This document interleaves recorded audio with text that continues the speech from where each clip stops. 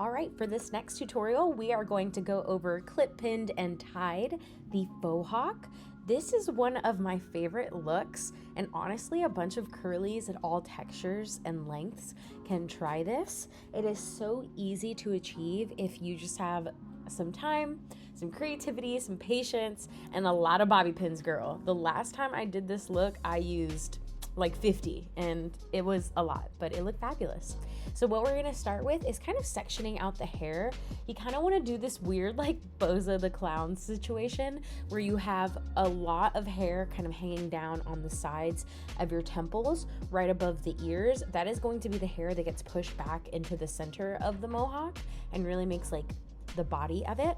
And then you want to make sure that you really get the top area of your head into a clear elastic tie. The reason why I do this is because my hair is longer, especially on top. So I want to make sure that I have the look of a faux hawk where it like goes up and back and out. And to do this, I put my hair in a clear elastic tie, and then I kind of twisted the pony itself to make my curls go towards the front and on top of my head, and then I bobby pin that in place. You really want to be strategic about how you pin these things in place, just because your curls can get kind of crazy and they can look a little bit flat if you don't position them correctly. So make sure that you do like 2 to 4 to really anchor the pony itself, and then as you go through and finesse the faux hawk at the very top, you're going to add whatever else may be needed. The curls look kind of crazy right now, but I promise, trust the process, and they will absolutely look cute whenever you're done with this. And just keep adding bobby pins. I definitely have like a bias for bobby pins. I love the Salon Care brand, but I also love the ones that come in like big buckets at your beauty supply.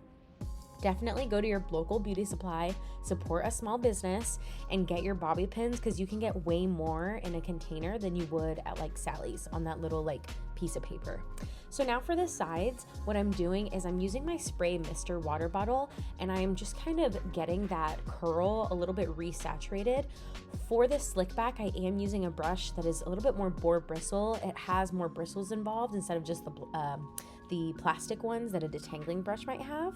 And I'm just using the brush to really brush my hairs all going back into one direction. This is where you really start seeing the shape of the faux hawk come to life, just because whenever your hair isn't slicked down on the sides, it might look more like a mullet situation than a faux hawk. So you really just want to make sure that you clean that up.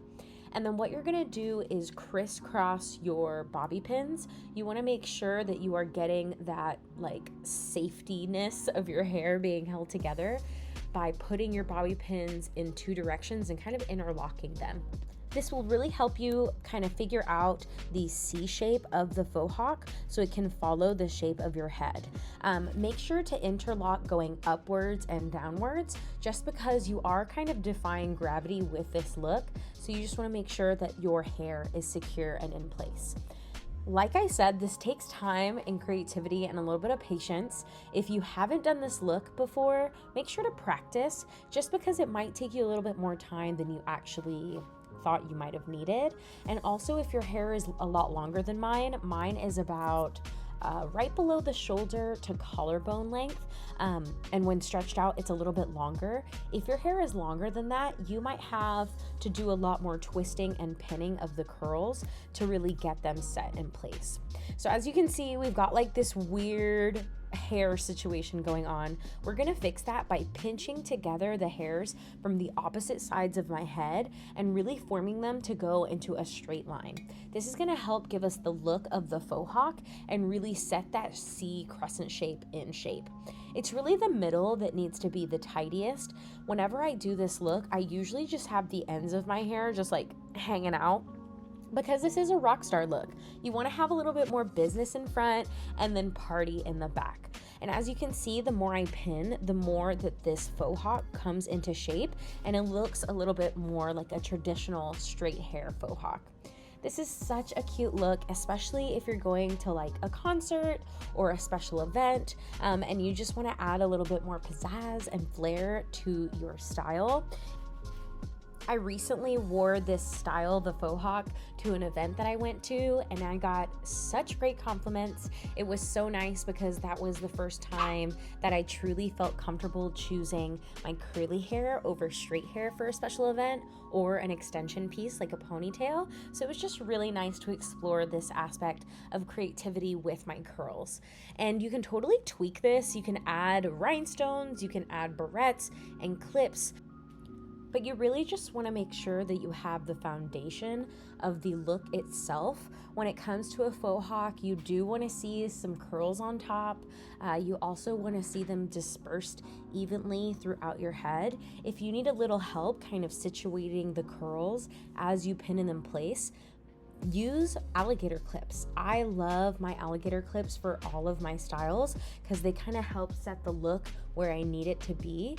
And then that way you can really see the curve of the hair in a mohawk C shape versus just like if you had pulled your hair half up, half down.